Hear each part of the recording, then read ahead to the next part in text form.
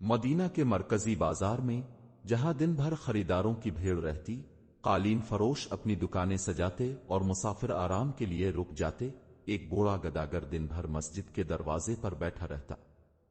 اس کی داڑھی سفید، چہرہ جھریوں سے بھرا اور کپڑے پرانے اور پھٹے ہوئے تھے۔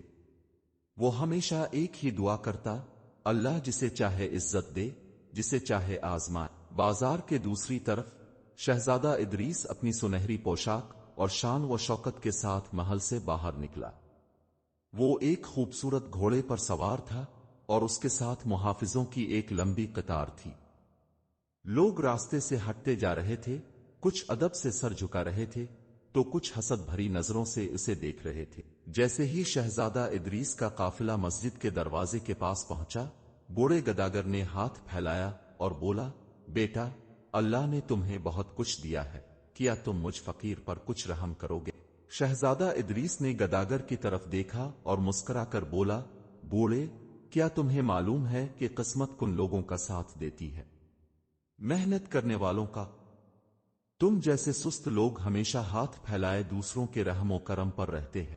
بوڑھے گداگر نے شہزادے کی طرف دیکھا اور آہستہ سے کہا، بیٹا، دولت کا غرور نہ کرنا، قسمت ہر دن بدلتی ہے۔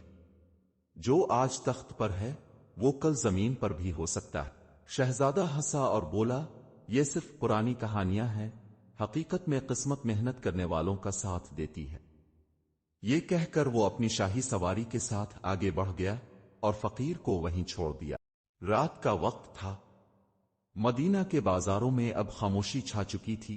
جہاں دن بھر ہجوم رہتا تھا، اب وہاں صرف چند چراغ جل رہے تھے۔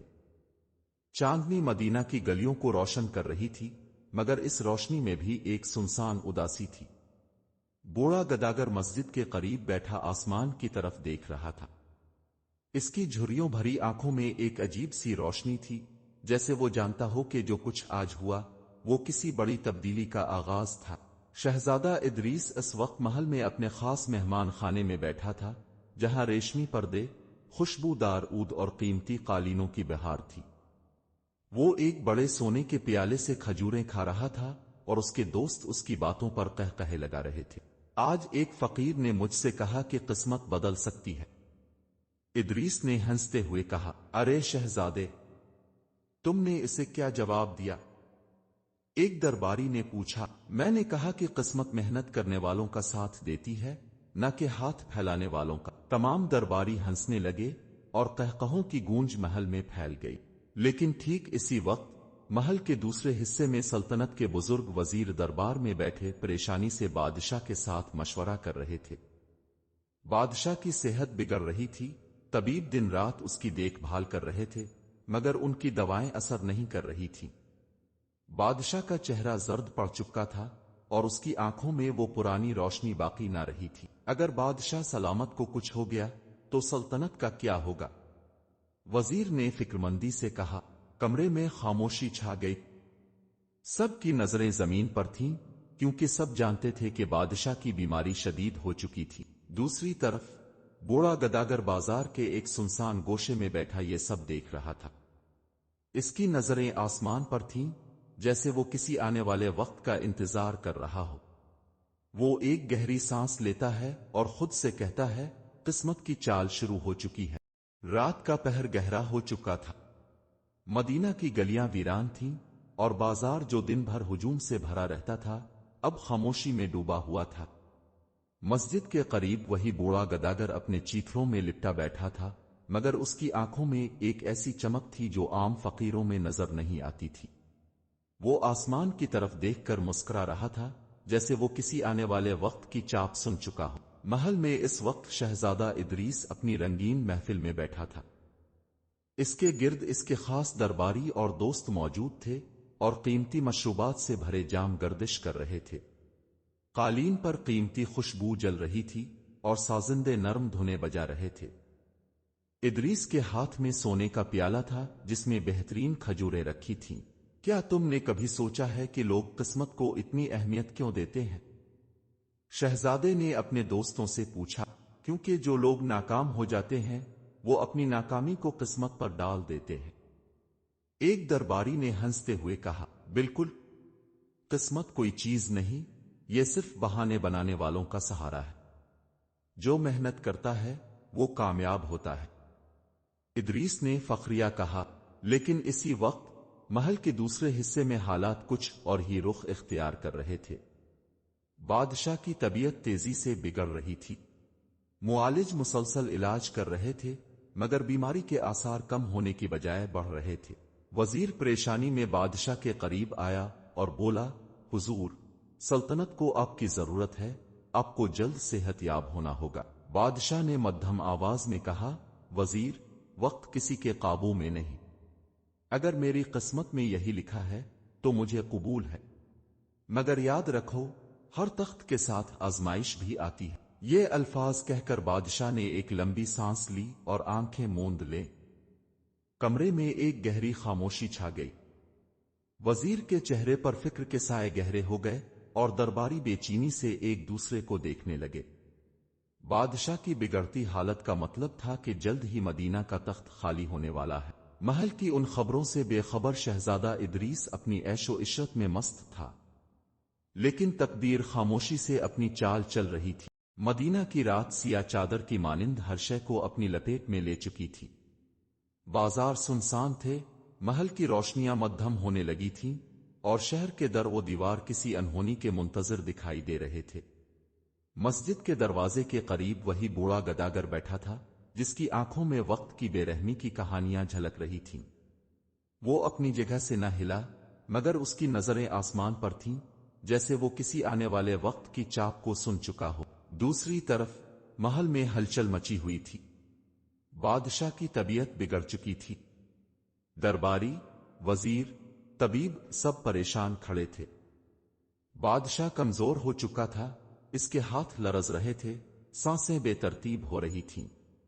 وزیر بادشاہ کے قریب جھکا اور دھیمی آواز میں بولا، حضور، کیا ہمیں شہزادہ ادریس کو بلوانا چاہیے؟ بادشاہ نے بمشکل آنکھیں کھولیں، ایک لمحے کے لیے اس کی آنکھوں میں مدھم چمک آئی، جیسے وہ کچھ کہنا چاہتا ہو۔ اس نے بہت آہستہ کہا، اب وقت آ گیا ہے، شہزادہ کو بلا۔ وزیر فوراً محل کے اندرونی حصے کی طرف دوڑا۔ دوسری طرف شہزادہ ادریس اپنی محفل میں مست بیٹھا تھا۔ آج بھی وہ اپنی عیش و عشرت میں گم تھا، اس کے درباری اس کی باتوں پر ہنسی کے فوارے چھوڑ رہے تھے۔ اچانک محل کے دروازے زور زور سے بجنے لگے۔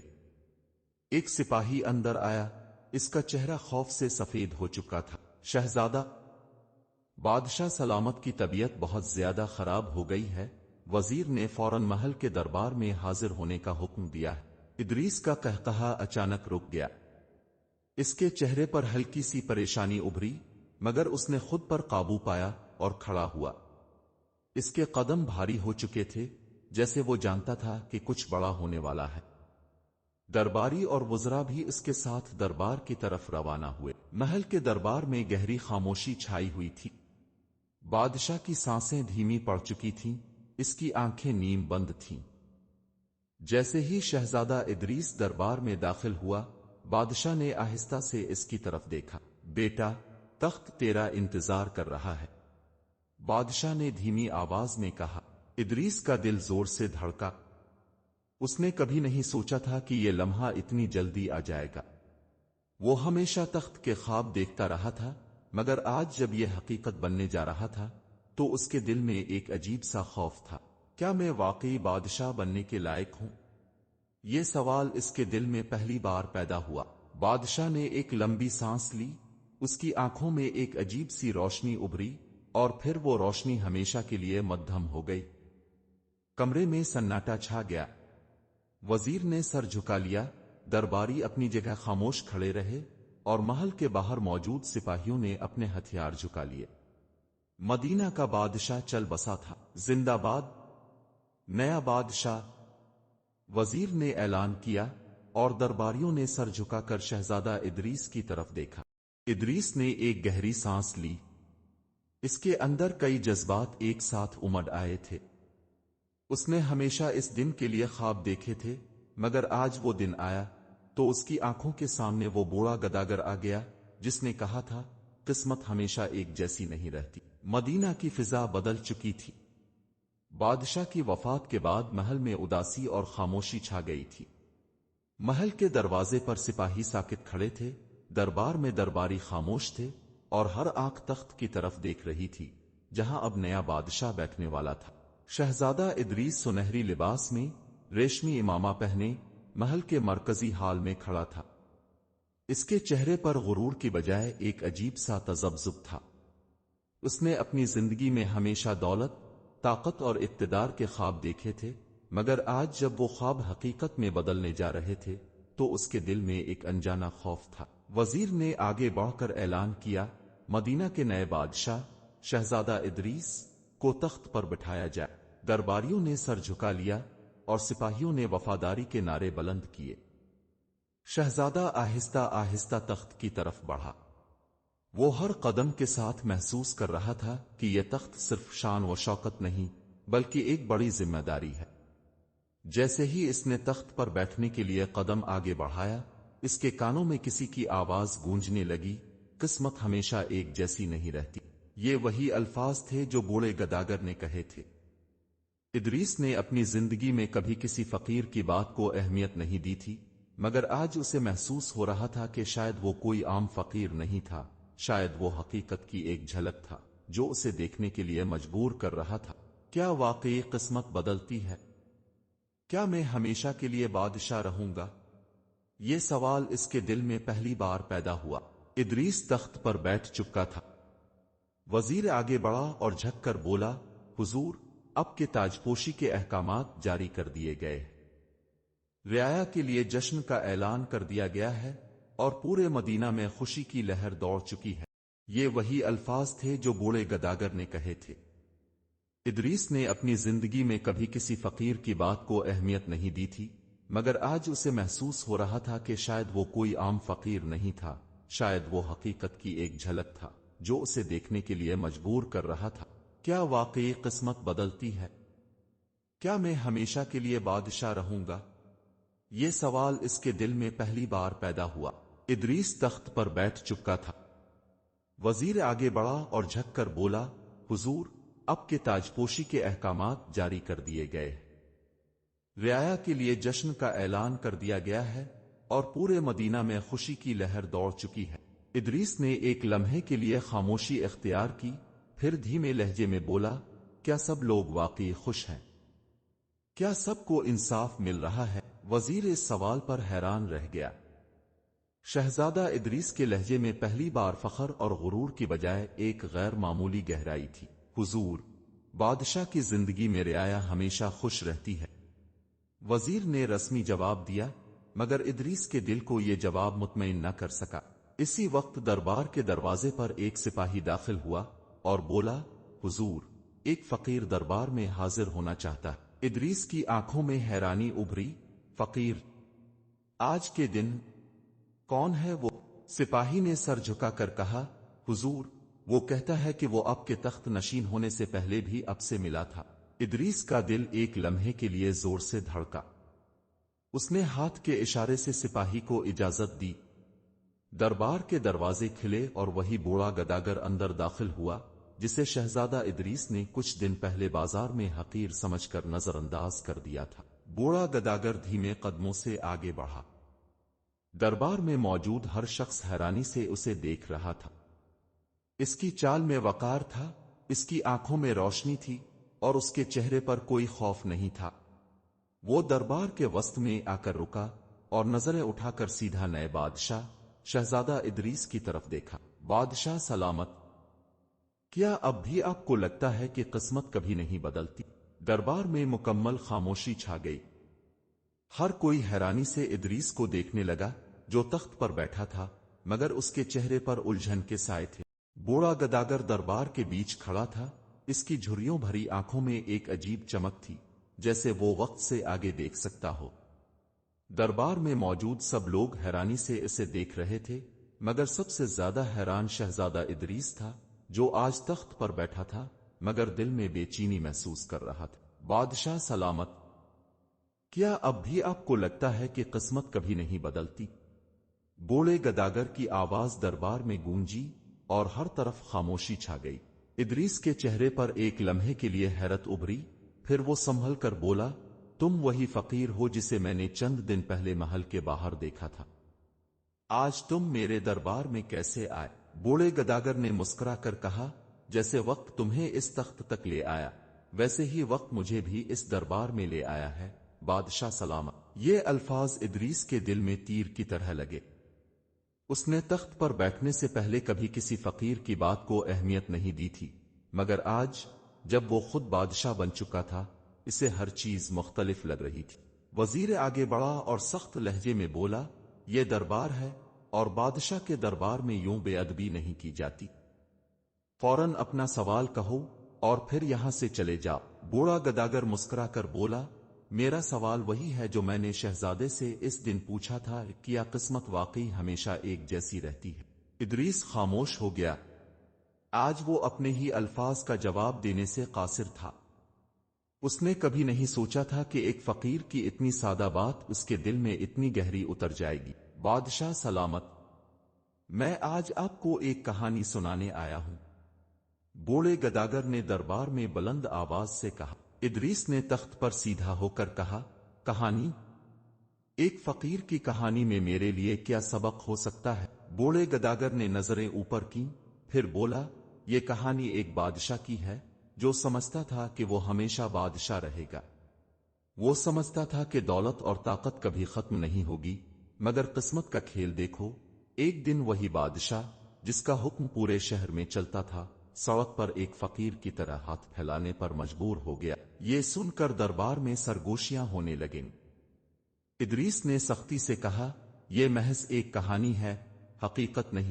بوڑھے گداگر نے ہلکی مسکراہٹ کے ساتھ کہا، اگر یہ کہانی حقیقت بن جائے تو کیا آپ اسے قبول کریں گے؟ ادریس نے الجھن میں کہا، یہ کیسے ممکن ہے؟ ایک بادشاہ فقیر کیسے بن سکتا ہے؟ بوڑھے گداگر نے کہا، جیسا میں بنا، میں بھی ایک دن تمہاری طرح ایک تخت پر بیٹھا تھا، مگر میں وقت کی چال کو سمجھ نہ سکا، غرور اور تکبر میں مبتلا ہو گیا، اور جب تقدیر نے پلٹا کھایا تو میرے پاس صرف یہ پرانے کپڑے اور چند دعائیں باقی رہ گئے۔ یہ سن کر دربار میں مکمل خاموشی چھا گئی۔ ادریس کی آنکھیں حیرت سے پھیل گئیں۔ کیا